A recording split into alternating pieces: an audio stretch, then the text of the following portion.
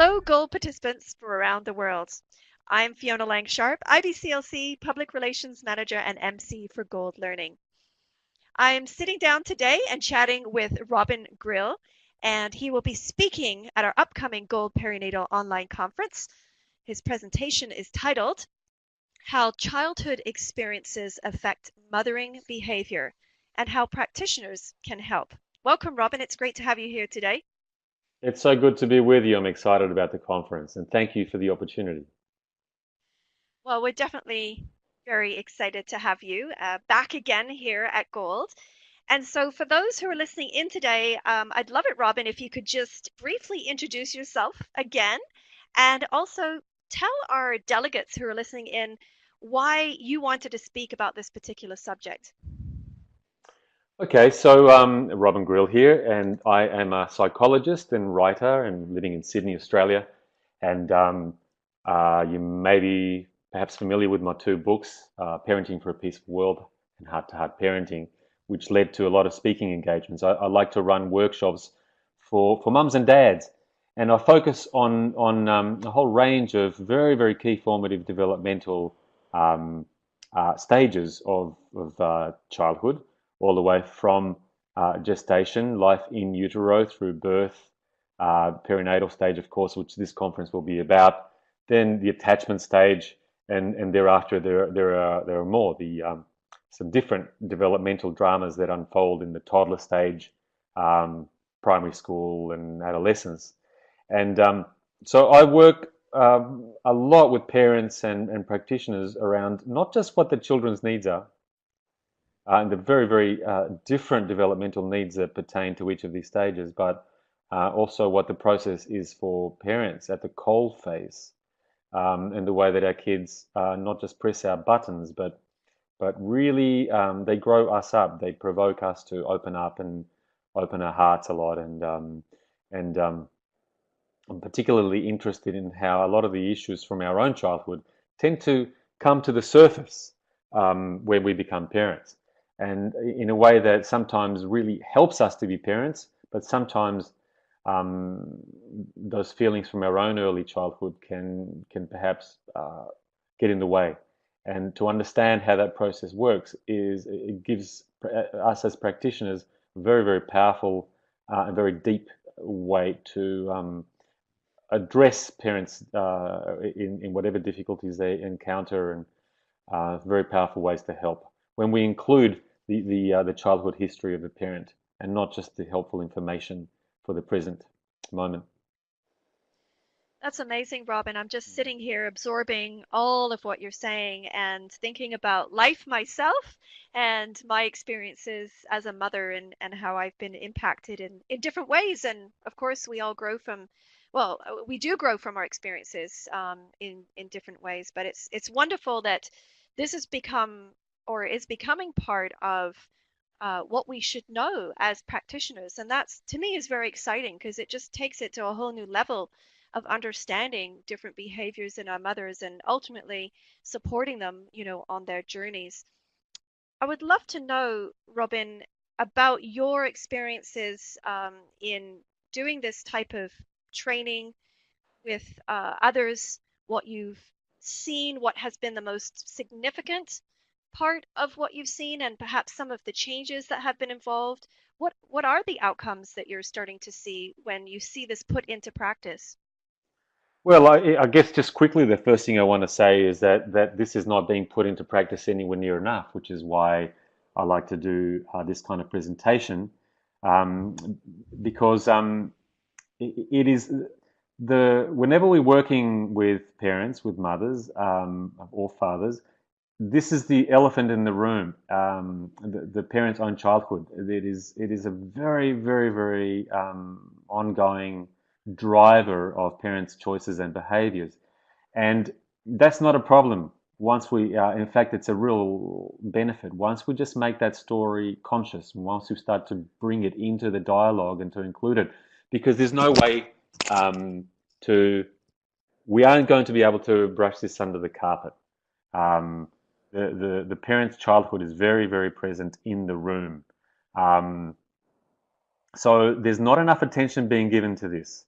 And when I work with parents, it's quite often the one of the first questions I begin to ask, and people sometimes find it difficult to open up about their childhood at first. It's a kind of you need a contract of trust and empathy and great confidentiality.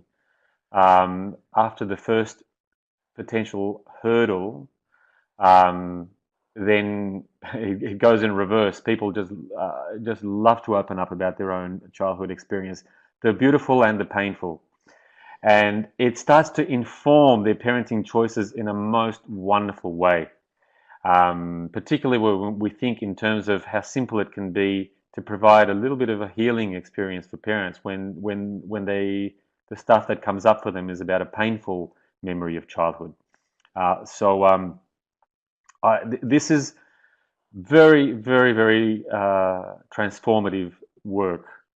Um, and it doesn't require some long, complicated psychoanalytic process. It's merely about providing an adult version, in a very simple way, an adult version of a developmental nutrient that feeds the parent and that then fuels their capacity for attachment, their capacity to provide strong boundaries for their children. It's hard to give as parents. We really need very full tank of love and energy to be able to pass that on to our children, who really, from the very beginning, they demand so very much. So I love to see what happens by just bringing in a little bit of a dialogue, an empathic, listening kind of dialogue that is inclusive of the parents' childhood and even their baby experiences when they were babies. Great changes come into that relationship through that. Fantastic, Robin. I can't I'm lost for words actually, and that doesn't happen very often, but you really I think you're just touching on those deep emotional things that I'm thinking about, and I'm wondering and thinking about all the relationships that I've had with mothers where, you know, sometimes I feel like I'm not tapping into those areas, and I want to better understand the impact of what's happening. And of course, a lot of the time, it's, I have limited time with the mothers that I practice with, but yet you get a real sense that things are not quite right, and you see it from either from the behavior that they're telling you that they're doing, or you witness it, which is also Exactly. very hard too. Exactly. You can provide all of the right information and all the right resources, and sometimes a parent who's being triggered into some difficult emotions from early childhood um, just is not in a position to really be able to take your information and work with it Yeah. because there's some emotional stuff that's coming up in the way. But it doesn't have to be complicated to address that. The key is to be interested and to provide confidentiality and as well as empathy. That's what I'll show you in this presentation, a very simple dialogue. Sometimes all that's needed is to make contact around these deep feelings that are just so present in the room. Um, when something is so big in the room, it gets in the way until the moment we start talking about it, just simply. And then connection is the healer. Right. Connection is the healer. Sometimes just an empathic, simple conversation is enough to move things through and to provide a whole new um, capacity to give to the parents that we're working with. I guess that can be so powerful. Just like you said, it just takes just that small amount of empathy with that family to get them to open up and really Yeah, and relate. that's right. It takes the practitioner from a realm of providing information and providing support to also going a little deeper and asking you're going into a more personal realm Hmm. whenever it's appropriate, whenever you're with a client that will allow that. So I think it really enriches it deeply in this kind of dialogue that is childhood inclusive.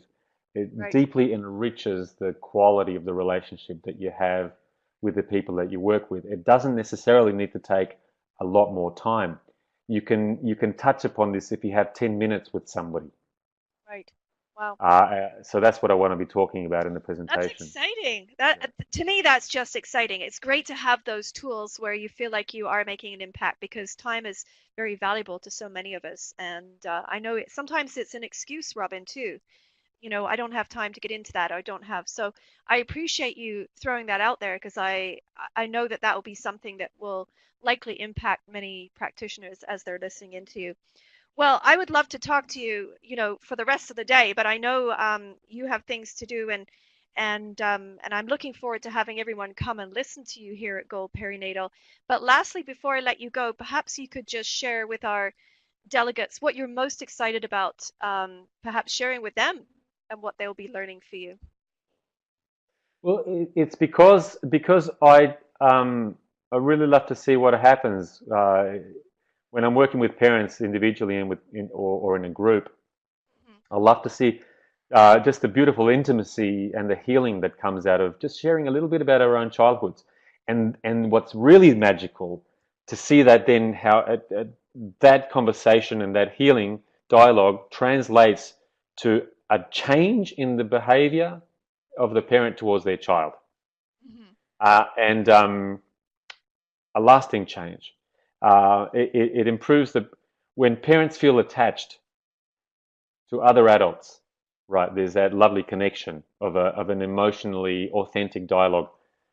That attachment fuels the parent's capacity for attachment with their child, with their baby. To see that be passed forward is extremely satisfying and extremely exciting, and that's why I'm very interested in spreading this uh, kind of emphasis around. I think what we really need is to create a culture in which it's very normal and to have a new normal, um, where it's natural to think and to talk in those terms.